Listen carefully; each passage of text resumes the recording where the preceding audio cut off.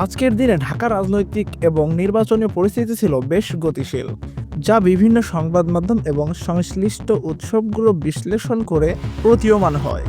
নির্বাচনী পরিবেশ ও নিরাপত্তা ব্যবস্থা। সারা দেশের মতো ঢাকাতেও নির্বাচনকে কেন্দ্র করে নিরাপত্তা ব্যবস্থা ছিল অত্যন্ত জোরদার। ঢাকা মেট্রোপলিটন পুলিশ এবং অন্যান্য আইন প্রয়োগকারী সংস্থাগুলো মোতায়েন করা হয়েছিল। প্রায় ১,৪০০টি ভোট কেন্দ্রকে ঝুঁকিপূর্ণ হিসেবে চিহ্নিত করা হয় এবং এই এলাকাগুলোতে নিরাপত্তা বাহিনীর বিশেষ নজরদারি ছিল। অবাধ ও সুষ্ঠু নির্বাচন নিশ্চিত করতে সিসিটিভি এবং বডি ক্যামেরা ব্যবহার করা হয়। রাজনৈতিক নেতৃবৃন্দের অবস্থান। রাজনৈতিক অঙ্গনে মির্জা আব্বাস এবং নাসিরউদ্দিন পাটোয়ারির গতিবিধি ছিল তাৎপর্যপূর্ণ। মির্জা আব্বাস ঢাকা ৮ আসন থেকে নির্বাচন করছেন এবং নাসিরউদ্দিন পাটোয়ারি একই আসন থেকে প্রতিদ্বন্দ্বিতা করছেন।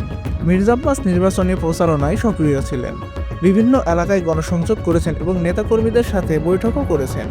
অন্যদিকে নাসিরউদ্দিন পাটোয়ারি তার বিরুদ্ধে দায়েরকৃত মামলা এবং রাজনৈতিক চাপের বিষয়ে সরব ছিলেন, যা সংবাদ মাধ্যমে বিস্তারিত আকারে প্রকাশিত হয়েছে।